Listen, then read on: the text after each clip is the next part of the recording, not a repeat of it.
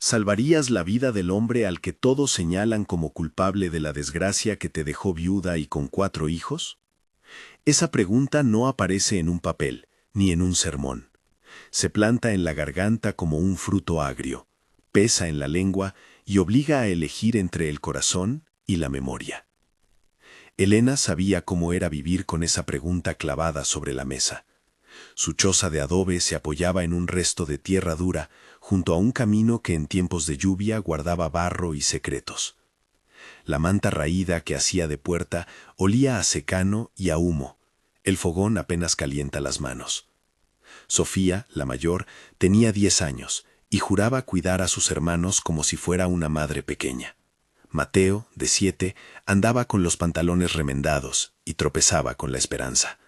Rosa, la más nueva en la casa, con 5 años, sostenía siempre una muñeca sin ojos, y la pequeña Luna, de 4, se pegaba al vestido de Elena como si en su abrazo pudiera uno esconder todo el mundo. Javier no estaba. Javier había muerto en el molino. Dijeron que fue un accidente. Dicen cosas. Las palabras del pueblo se hicieron cuchillo cuando su nombre dejó de ser una voz cálida y se convirtió en rumor. Por las mañanas, antes de que el sol rompiera la llanura con su filo, Elena ya iba en busca de lo que la tierra quisiera dejarle. Con un canasto bajo el brazo y la piel curtida por tanto viento, bajaba al arroyo seco donde crecían nopales y tunas silvestres. Allí, entre piedras y cardos, las manos encontraban sustento, una penca, un fruto. La comunidad la miraba con mezcla de compasión y reproche, como quien no sabe si dar pan o deudas. Las mujeres del pueblo murmuraban, «Qué triste la pobre viuda». Y detrás del murmullo, el nombre de Alejandro, el capataz, aparecía como sombra. Alejandro, con sus botas limpias y la mirada que imponía, decía poco y mandaba mucho. Desde que Javier no estaba, las tierras se inclinaron hacia la ventaja de los fuertes. Elena, sin embargo, no aceptaba la pena ajena como propiedad permanente. Había en ella una dignidad que ni la miseria ni los murmullos lograban corroer. Dividía la cena entre 4 bocas como si partiera la mesa en pedazos exactos de cariño. Un trozo de tortilla, una penca de nopal guisada, una tuna para la niña. Sus manos sabían medir la escasez con la misma precisión con que la abuela medía las hierbas para el té. Cada gesto suyo era un pacto de resistencia. Y aún así, cuando la noche llegaba y la casa se cerraba con el viento, la soledad se volvía un animal que respiraba lento entre las tablas del techo. Aquella tarde la tierra estaba tan seca que el polvo se pegaba a la piel como una segunda sombra. Elena había recorrido el camino del arroyo con Rosa en brazos y Mateo tropezando detrás, su canasto vacío de promesas. El sol pegaba sin remordimiento, el lenguaje de la sequía hacía crujir las hojas de los nopales. Mientras recogía, Sofía y Luna estaban en casa amasando una tortilla con harina racionada, sus manos pequeñas practicando la paciencia. En la orilla, donde la luz hacía destellos en los cristales de barro, algo la sorprendió. Las huellas, hileras profundas en la grava que no eran de bestia. Y más allá, medio oculto bajo una sábana rota, un hombre yacía con la cara sucia, respirando entrecortado. No era el tipo de figura que uno espera encontrar en un arroyo seco. La ropa tenía bordes caros, los botones de metal bruñido. Un olor a cuero y a vino viejo se le escapaba, como si el cuerpo trajera otro mundo pegado a la ropa. El hombre tenía la mandíbula angular de quien ha ordenado granjas y trabajo. Su anillo, medio enterrado en el polvo, relucía con una arrogancia que molestaba. Elena arrugó la nariz. Cerca de él había marcas de sangre oscura en la tierra y un tajo que asomaba en la mejilla, como si un filo frágil le hubiese rozado la vida. «Señor», dijo ella, con la voz que había aprendido a no temblar por los suyos, «¿se encuentra bien?» No esperaba respuesta. El hombre murmuró algo entre dientes, un nombre quizás, o una palabra de culpa. Elena inclinó la cabeza y de pronto su mente dejó de calcular lo que era prudente. Recordó a Javier, no en discursos, sino en manos que apretaban la madera, en risas que calentaban la cocina. Recordó que sus hijos iban a dormir sin nuca y sin pan. El pensamiento fue una marea. Si lo deja ahí, ¿qué les podrá decir a sus hijos cuando le pregunten por qué no hizo lo que pudo? ¿Qué clase de madre sería si ante el dolor ajeno cerrara la puerta de su corazón? La decisión fue como sacudir un frasco. Se vertió, con esfuerzo y sin pausa, Ató con un paliacate la sábana para que el hombre no rodara, y llamando a Mateo para que le ayudara, lo arrastró hasta donde la carreta de su hermano solía dejar cajas. Hicieron una camilla tosca con tablas y una manta. Rosa soplaba en las manos del hombre como para devolverle el calor, mientras Sofía, con la seriedad de quien carga esperanzas, le ponía un trapo en la frente. La voz del hombre llegó a ser un hilo más claro. «Vaya», balbuceó. «Dios». Su nombre salió en fragmentos. Elena escuchó, como quien acerca la oreja a una puerta cerrada. «Villalomos». La palabra hizo que algo en su estómago se tensara. «Villalobos». En el pueblo ese apellido llevaba botas que pisaban fuerte, tierras verdes y un carácter de hierro. Don Ricardo Villalobos, aquel hombre que aparecía en las conversaciones de los mayores y en los rumores de las mujeres cuando los hijos caían enfermos. Un hombre que no era de su mundo. Elena miró al hombre. Viejas historias volvieron a la superficie. El molino, la disputa por las herramientas, las miradas del capataz Alejandro. Por meses había escuchado cómo se hablaba de la suerte de Javier, de la maquinaria que iba a fallar, de los atajos que se habían tomado en la hacienda. Nunca había probado a confrontar a los poderosos. La palabra justicia aquí sonaba como un vocablo extranjero. Pero eso no cambió lo que sintió al verlo ahí, con su vida tambaleando. Podía dejarlo y seguir el camino. Podía volver a su choza con la misma ropa y explicar que no hubo tiempo, que el hombre ya estaba ido. Podría guardar su rencor como un tesoro amargo. Hubiera sido fácil. En cambio, levantó la mirada, apretó los dientes y dijo: «Nos lo llevamos». La idea de traerlo a la choza, de esconder al hombre herido entre camas y mantas en una comunidad que miraba con desconfianza, era una temeridad. Pero Elena la tomó como quien toma una sartén caliente, con un gesto decidido, porque no hay otra cosa que la contenga. Mientras lo cargaban, el hombre murmuró cosas confusas. Nombres, la palabra Alejandro en un hilo de voz, una risa rota que pareció un arrepentimiento. Los niños, que conocían a la abuela de los olores y de las historias, miraban con ojos grandes, sin comprender la gravedad, pero sintiendo la gravedad, como un silencio profundo. Al volver a la choza, la tarde ya se comprimía. El polvo en el camino tragaba los últimos rayos de sol. Cuando lo pusieron sobre la estera, las cosas que antes eran pequeñas se hicieron enormes. La respiración del hombre, el silencio de los vecinos, el latido del corazón de una casa entera que de pronto tenía en su centro un secreto poderoso. Sofía se acercó con un cuenco de agua y le limpió la cara.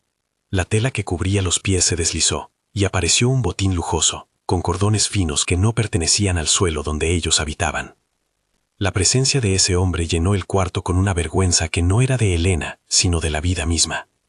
«No se lo digas a nadie», susurró Elena, mirando a sus hijos.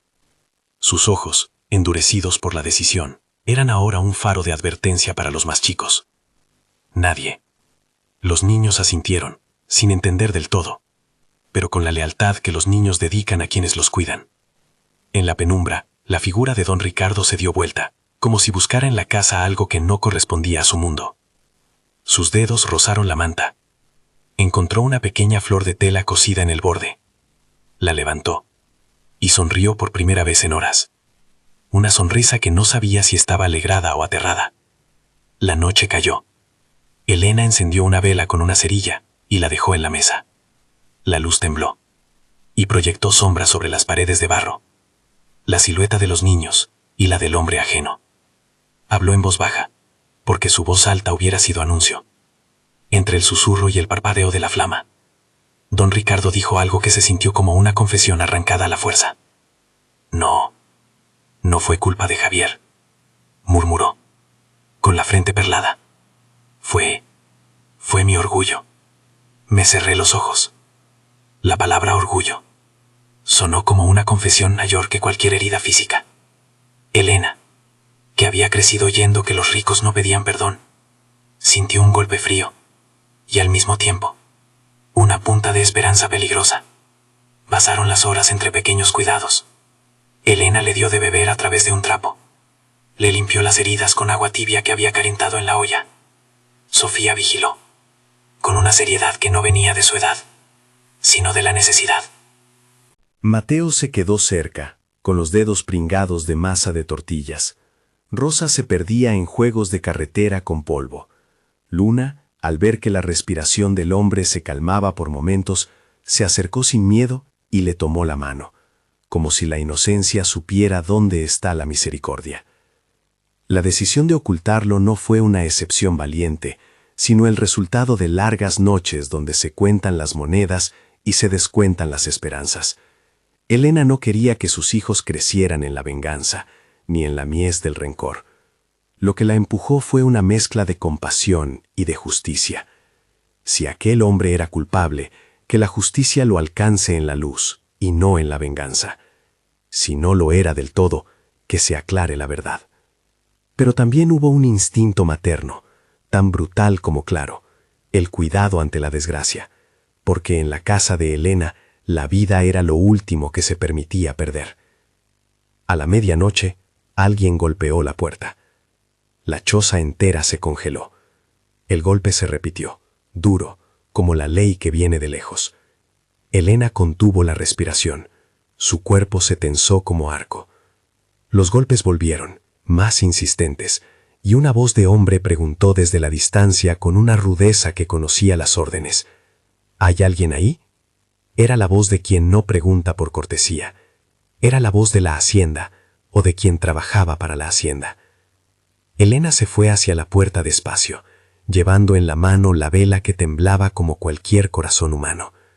Por el intersticio pudo ver botas pasando por el suelo, la sombra torcida de un sombrero.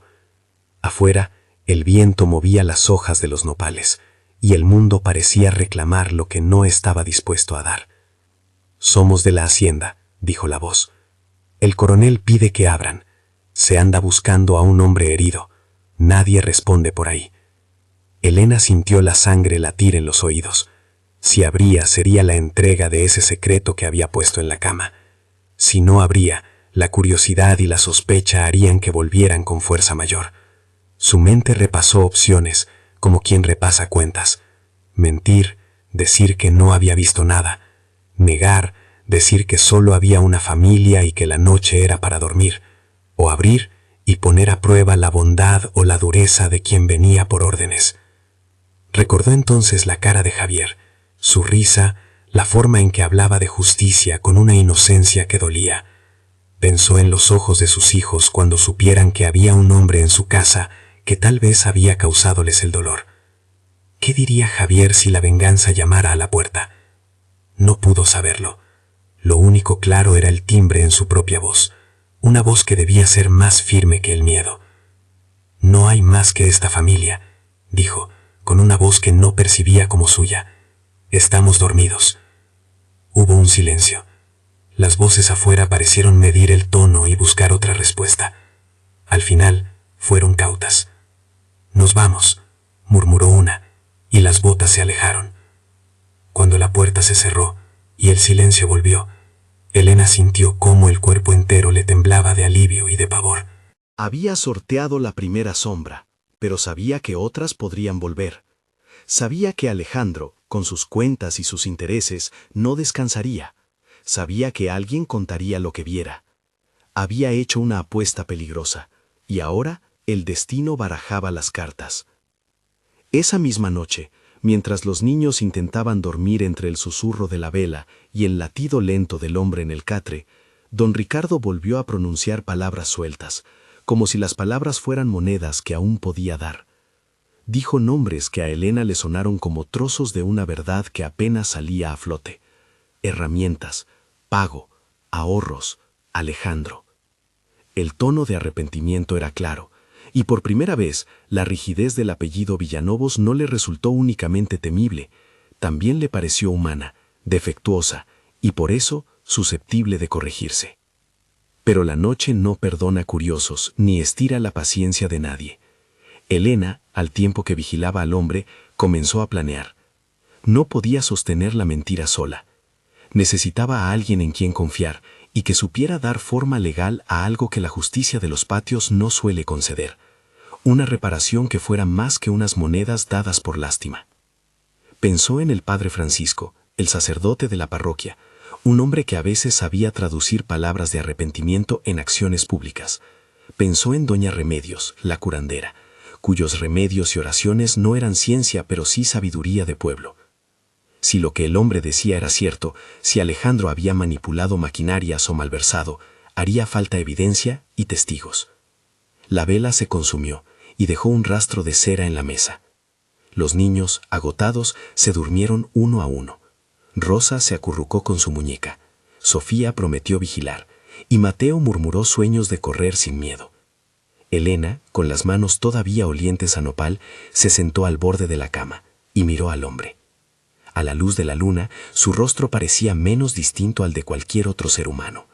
Líneas de fatiga, una boca que quizá había dado órdenes injustas, ojos que ahora buscaban perdón como moneda. La humildad de la noche iguala a todos. Sabía que al amanecer tendría que decidir qué contar y a quién. Sabía que esconder a un hombre como ese entre paredes de adobe no era un acto sin consecuencias. Pero al mirar a sus hijos dormir, con sus mejillas rosadas por el cansancio y la inocencia, supo también que esa noche había elegido ser más grande que su dolor. La compasión, pensó, puede ser un puente entre familias rotas. Mientras la madrugada se espesaba y los primeros gallos reclamaban su hora, Elena tomó la mano del hombre y con voz firme, como quien sella un pacto, le dijo: «Si vas a ser hombre, sé hombre completo. Reconoce lo que hiciste. Si hay verdad en tus palabras, que no sea por lástima, sino por justicia». La respiración del herido se hizo profunda. Sus dedos apretaron los de Elena con una fuerza que fue tal vez una promesa. Afuera, el viento movió los nopales como si soplara historias. En la hacienda, Alejandro se frotaba las manos a la luz de una lámpara, sin saber aún que el polvo había llevado hasta la choza de una viuda un secreto que podía armar o desarmar su dominio. En la casa de Elena, en cambio, la vida continuaba con una mezcla nueva: miedo, esperanza y la determinación de que, al salir el sol, alguien tendría que rendir cuentas. Si la primera decisión había sido salvarlo, la segunda vendría a prueba del pueblo. Elena comprendía que su acto de ternura no la exentaba de enfrentarse al ojo público. Sabía que la justicia que buscaba no era venganza, sino reconocimiento. No quería limosnas, sino la restitución de lo que a su familia les fue arrebatado. Sabía también que el camino hasta esa verdad estaba sembrado de pasos peligrosos, hombres a caballo que no daban explicaciones, capataces que no se detenían ante la humildad, y la inevitable mirada de la comitiva que podría llegar. La mañana prometía preguntas. El rumor, que corre como agua por senderos secos, pronto tendría nombre. Elena lo sentía en el aire, en la forma en que los gallos cantaban, en el ritmo de las agujas del reloj que parecía acelerarse. Y mientras eso ocurría, una mujer lejana y conocida por sus hierbas y rezos, doña Remedios, alzaba los ojos desde su cocina, como si la vida del pueblo fuera un tejido donde cada hilo llamaba a otro hilo. En algún lugar, la palabra arrepentimiento ya empezaba a germinar. La casa, todavía en sombras, esperaba. Afuera la hacienda despertaba con su maquinaria de poder. Dentro, la viuda pobre con 4 hijos cenaba silencios y cocinaba valentías. El secreto que había traído del arroyo no era solo la vida de un hombre moribundo. Era una pregunta lanzada al viento, y esa pregunta pedía ser respondida en voz alta, frente a todos. El amanecer vino con un silencio distinto, como si el pueblo hubiera contenido la respiración hasta descubrir si aquello que ocurrió en la choza merecía ser llamado verdad. El sol levantó su rostro pálido sobre las siembras, y el polvo quedó tendido en el aire, poniéndole a todo una costra de memoria. Elena despertó antes que los gallos, sintiendo en el cuerpo una calma tensa. La ordeña de la noche le había dejado algo más que cansancio. Le había dejado una responsabilidad. Si esta historia te conmueve, suscríbete y compártela con alguien que también crea en la dignidad humana. No perdió tiempo. Cubrió al hombre con una manta limpia y fue en busca de doña Remedios, pues la voz del pueblo tiene un mapa para cada herida. La curandera sabía de vendas y rezos, de emplastos y de palabras que, más que curar, ofrecían tregua. Doña Remedios vivía 5 casas más abajo, su cocina siempre a fuego lento, su alacena llena de frascos que olían a tomillo y a romero.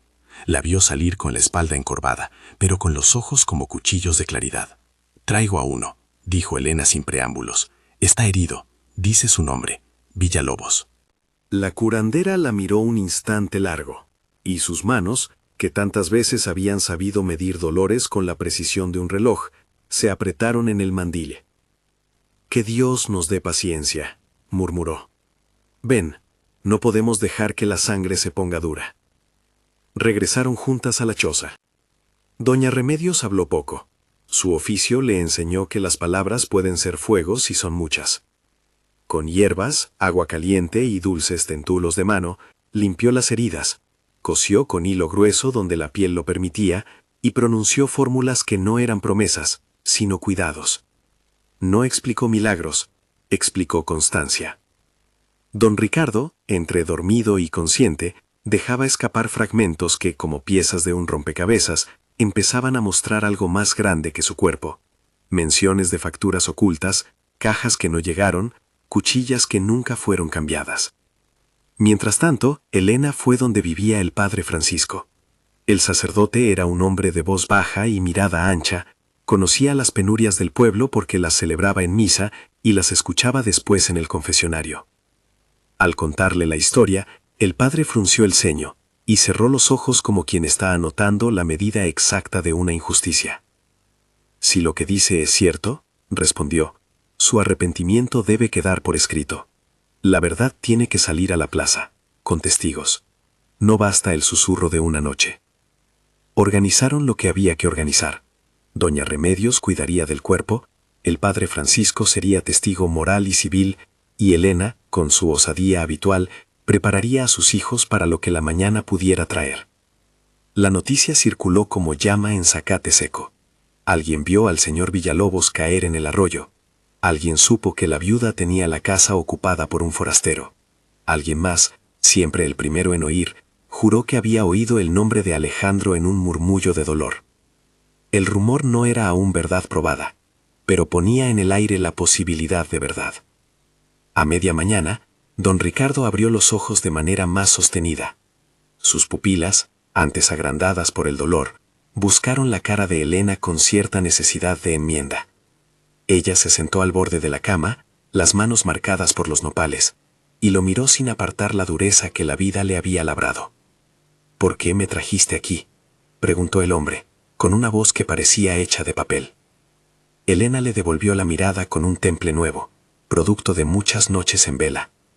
Porque nadie merece morir sin que su culpa tenga respuesta, dijo. Y porque si tú no puedes hablar, otros hablarán por ti. No vine por lástima, vine por verdad. La confesión llegó en fragmentos. Don Ricardo no era un hombre coro de detalles fáciles, pero podía recordar lo esencial. Alejandro, el capataz, había recortado costos, había reemplazado piezas por otras de menos calidad.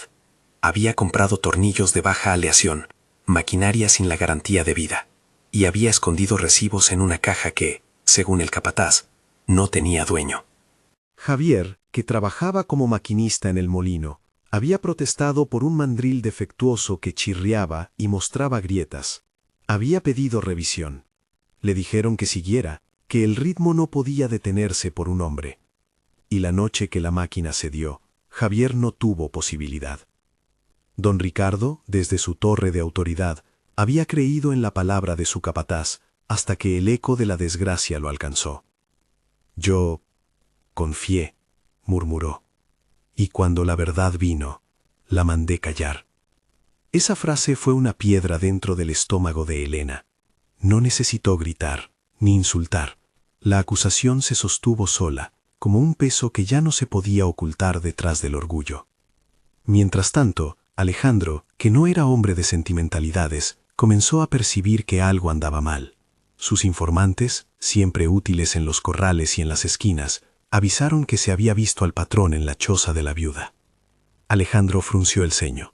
La pérdida de control era su mayor temor. Más que la ley, le dolía la posibilidad de perder la autoridad que le permitía vivir sin rendir cuentas. No tardó en enviar hombres a recorrer los caminos. No buscaban justicia, buscaban el escamoteo, recuperar la situación, volver al silencio. Uno de sus hombres, un joven con más rapidez en la lengua que en la cabeza, se acercó a la choza con la intención de comprar el silencio de Elena con unas monedas y una amenaza. «Dale 2 pesos», dijo, con esa condescendencia que cree en la moneda como medicina. «Que no se haga lío, y todo quedará en casa». Elena, que había aprendido a medir la miseria como quien pesa granos, no aceptó. sabía que aceptar sería vender la verdad por un pan. El hombre se fue con la amargura propia de quien empieza a dudar de su comodidad. Alejandro, al saberlo, apretó el paso. Sabía que la verdad, si se destapaba, podía quitarle no solo su puesto, sino lo que más cuidaba, la apariencia de rectitud que le permitía obtener beneficios sin remordimiento.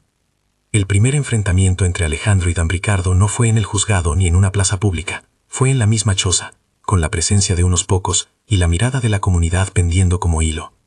Don Ricardo, todavía débil, se obligó a salir a la puerta con ayuda de Elena y del padre Francisco.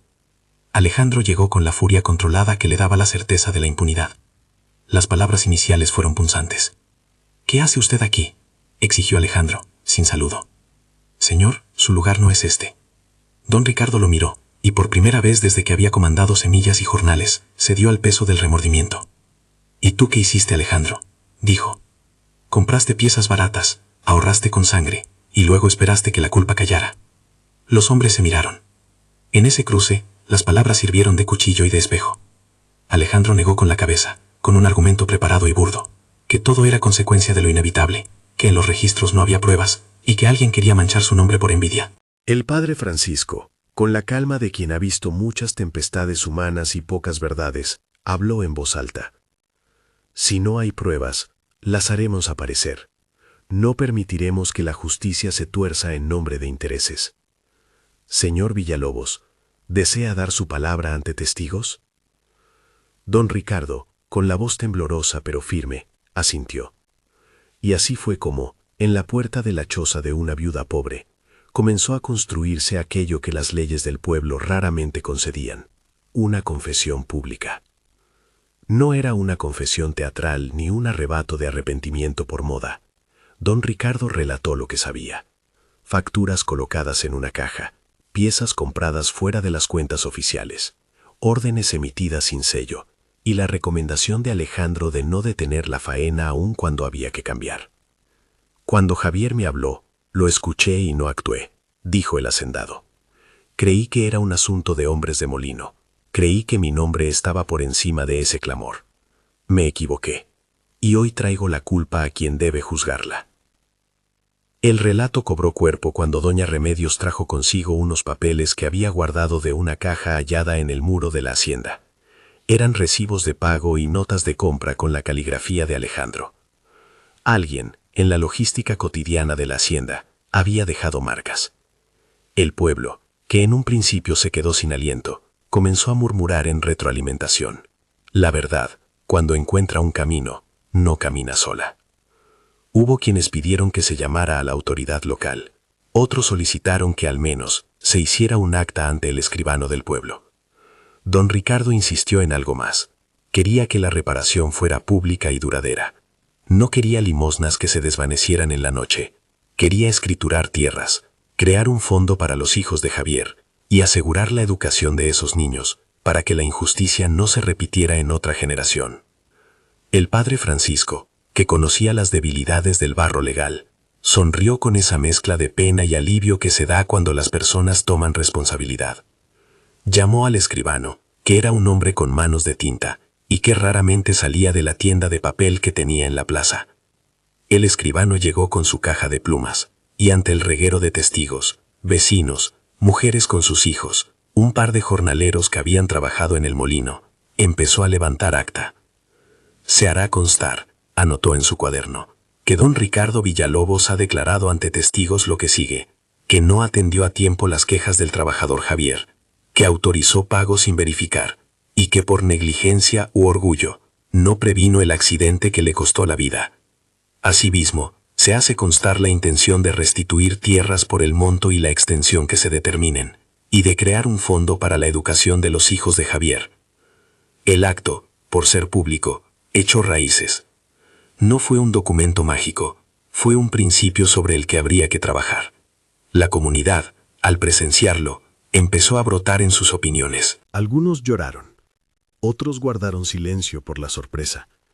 Pocos, como Alejandro, apretaron los dientes porque la sombra de la responsabilidad se cernía sobre ellos. Alejandro, al verse en el lugar donde el embuste podía ser desnudado, trató de maniobrar. Llevó el caso a la corte del patrón, que si había pruebas, que si alguien se estaba aprovechando, que si la viuda buscaba fama. No dejó de intentar.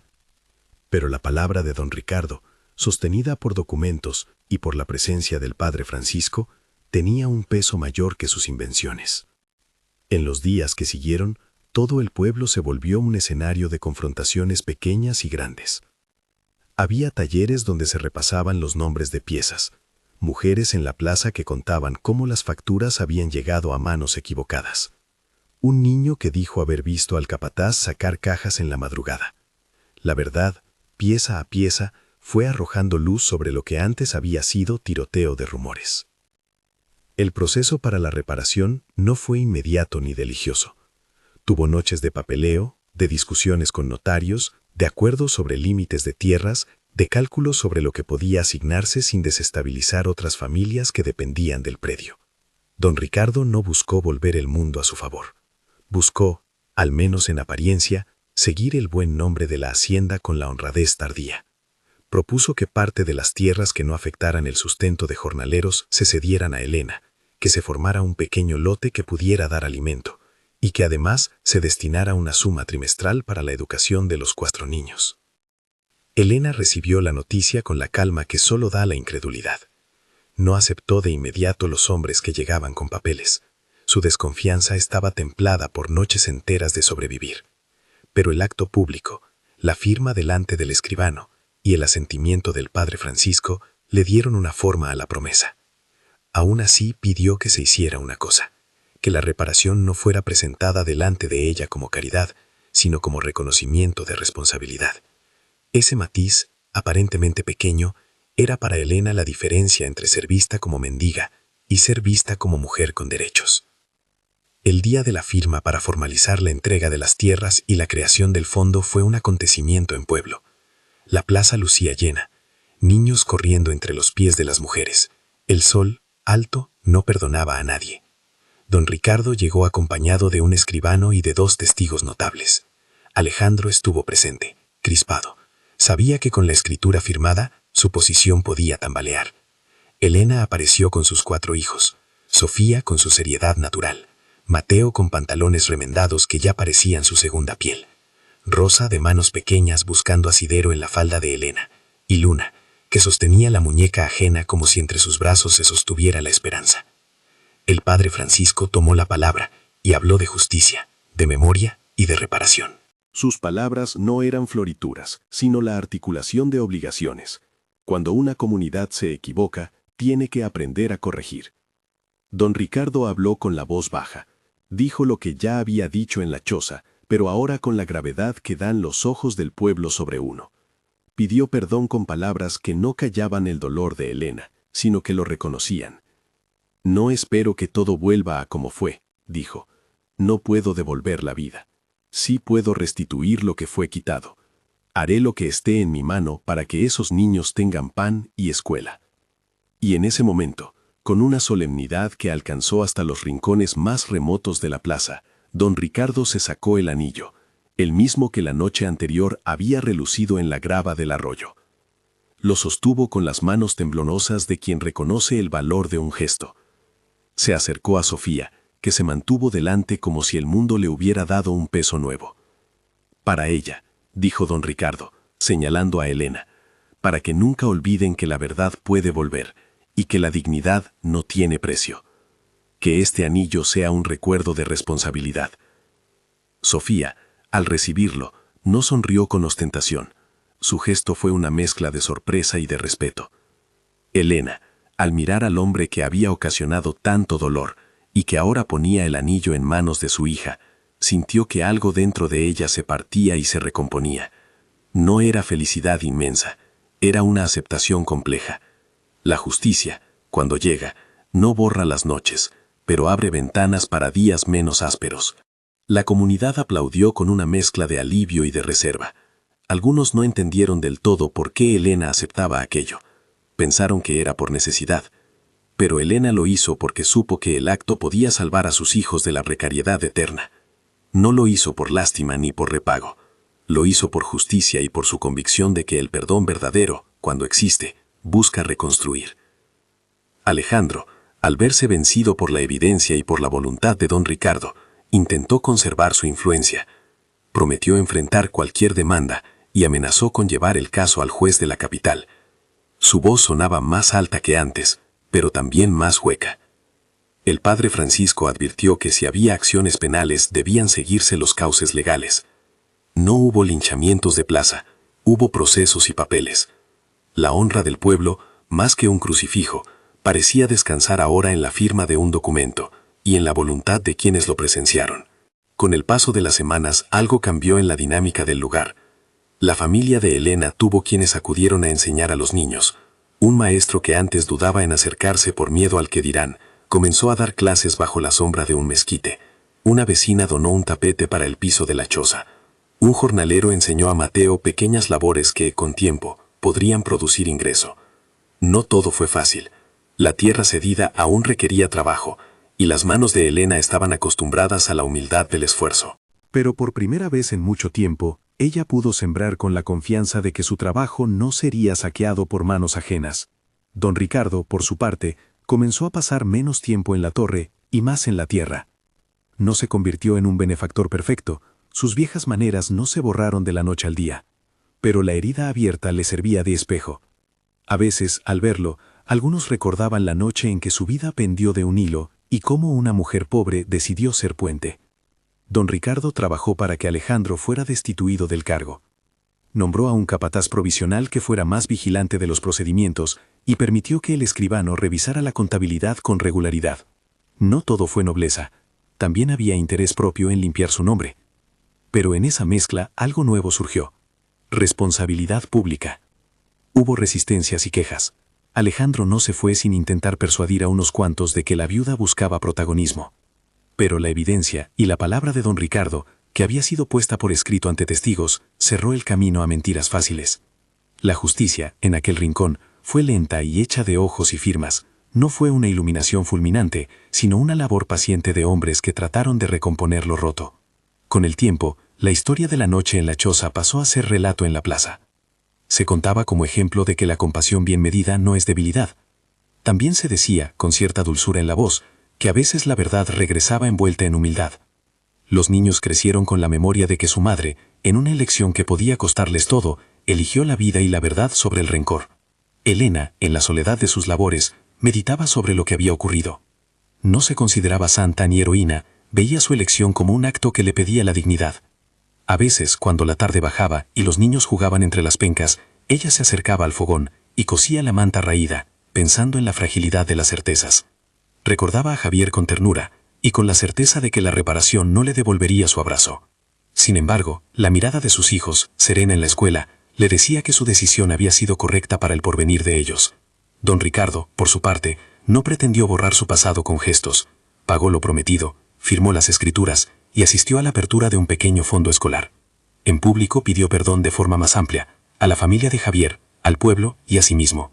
En noches de insomnio, contó a pocos amigos que la noche en la choza fue la que abrió en él un hueco donde ya no cabía el orgullo, que la experiencia le enseñó que ostentar poder no equivalía a ser justo. No faltaron quienes interpretaron la reparación como un acto calculado, y en verdad había una mezcla de interés propio y arrepentimiento sincero. La vida humana rara vez permite separar la motivación pura de la inclinación práctica. Pero la reparación tuvo consecuencias reales. Los niños pudieron ir a la escuela, la parcela les ofreció cultivo, y Elena, con más recursos, pudo comprar semillas y un par de cabras que le darían leche. Hubo un día en que la comunidad decidió celebrar de modo humilde el cierre del proceso. Un pan compartido, una plegaria en la iglesia y una canción que surgió de manera natural. Durante esa ceremonia, la pequeña Luna, que ya no era tan frágil como antes, subió al altar con la muñeca y la puso como ofrenda. El pueblo aplaudió como quien sabe que las victorias simples son las que sostienen la convivencia. Elena no buscó aplausos, se limitó a mirar a sus hijos y a acunar la certeza de que había elegido el camino correcto. El perdón, tal como se tejió en aquella historia, no fue ingenuo. Elena sabía que perdonar no era quitar consecuencias. Alejandro fue despojado de su cargo. Tuvo que rendir cuentas ante las nuevas supervisiones, y aunque algunos intentos de recurso legal se alargaron, la comunidad ahora tenía ojos más atentos. La justicia, en aquel relato, se mostró lenta pero posible cuando la decisión individual se acompañaba de acciones públicas. Con el paso de los meses, la choza dejó de ser un silencio de vergüenza. Se convirtió en un lugar donde a veces llegaban vecinos a conversar, a pedir consejo o a llevar un guiso. La manta raída siguió a la puerta como objeto de memoria. La suciedad del tiempo no borraba la historia de la noche en que la vida de Elena se cruzó con la de un hombre poderoso. La flor de tela que don Ricardo sostuvo la primera noche fue colocada en la pared, un recordatorio silencioso de que la verdad, aunque costara, tenía su propia belleza. Una tarde, ya entrada la temporada de lluvia, Elena caminó hasta el arroyo donde todo comenzó. El agua volvía de a poco y el canto de unos pájaros dibujaba el aire. Se sentó en la orilla y miró cómo la corriente acumulaba hojas y ramas, preparando la tierra para otra estación. Pensó en Javier, en el ruido de la máquina, en la mano que su esposo extendía para pedir revisión y en el silencio que vino después. No buscó explicaciones largas, aceptó la certeza de que la vida puede estar hecha de pérdidas y de gestos que, acumulados, brindan sentido. Su decisión de aquella noche la había llevado por un camino que no era de rosas. Había pasado miedo, amenazas y la mirada inmisericordia de algunos. Había pagado con noches de insomnio. Pero también había cosechado algo que la pobreza nunca pudo quitarle, la dignidad de elegir el bien cuando ese bien costaba. El narrador no quiere esconder la complejidad. No hay héroes absolutos, ni villanos que no tengan sombras. Alejandro fue hombre de codicia que pagó la consecuencia de sus actos. Don Ricardo fue un hombre que, tardíamente, entendió que la autoridad exige reparación. Elena fue la que, con sus manos curtidas, enseñó que la compasión bien entendida es un acto de valentía. Pasaron años y los hijos de Elena crecieron con oportunidades. Sofía, con el anillo guardado como reliquia, aprendió a leer y a contar. Mateo se volvió hábil en oficios del campo. Rosa cuidó de las cabras y mostró una constancia que sorprendía. Luna, la más pequeña, mantuvo en su pecho la inocencia que la madre había preservado. La comunidad nunca olvidó la lección. Cuando la verdad se anuncia en voz alta y la responsabilidad se toma en público, hay posibilidad de restauración. En la iglesia, cada año, el padre Francisco recordaba la historia en términos de humanidad, más que de moralismo. Hablaba de la necesidad de que las decisiones personales se acompañen de acciones colectivas. Enseñaba que perdonar no significa olvidar, ni eximir del deber, sino afrontar el pasado con la voluntad de reparar. Y así, en un rincón de Jalisco, donde los nopales y las tunas vuelven cada año con su fuego, la historia de una viuda pobre con 4 hijos se convirtió en semilla. No fue un cuento de hadas, ni un evangelio de soluciones rápidas. Fue la narración de una mujer que eligió la vida y la verdad, y de un hombre que, por fin, dijo su culpa en voz alta. Fue la lección de que la dignidad no se compra con limosnas, sino que se reclama con hechos, que la reparación exige trabajo, papeles y testigos, que el perdón puede ser acto de valentía cuando no nuble la exigencia de justicia. En los dedos de Sofía, el anillo brillaba a veces con luz de sol y a veces con el polvo del camino. Era un anillo que ya no representaba poder, sino memoria. La familia guardó las noches malas en el rincón donde se guardan las cosas dolorosas, y sacó a la luz las nuevas mañanas. Si alguna vez te encuentras frente a alguien que fue parte del dolor de tu vida, recuerda la historia de Elena. No es una receta sencilla. Perdonar no es eximir, y restaurar no es olvidar. La valentía, muchas veces, consiste en elegir la verdad, y hacer que esa verdad tenga testigos. ¿Cuál sería tu respuesta si la vida te pusiera el mismo dilema? Comparte en los comentarios tu pensamiento, difunde esta historia con quien creas que necesite escucharla. Y suscríbete para que sigamos trayendo relatos que ponen la dignidad humana en el centro.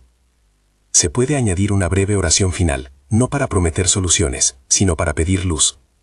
Señor, danos la valentía de mirar la verdad, la humildad de reparar lo que hemos dañado, y la sabiduría para enseñar a las nuevas generaciones a no repetir errores.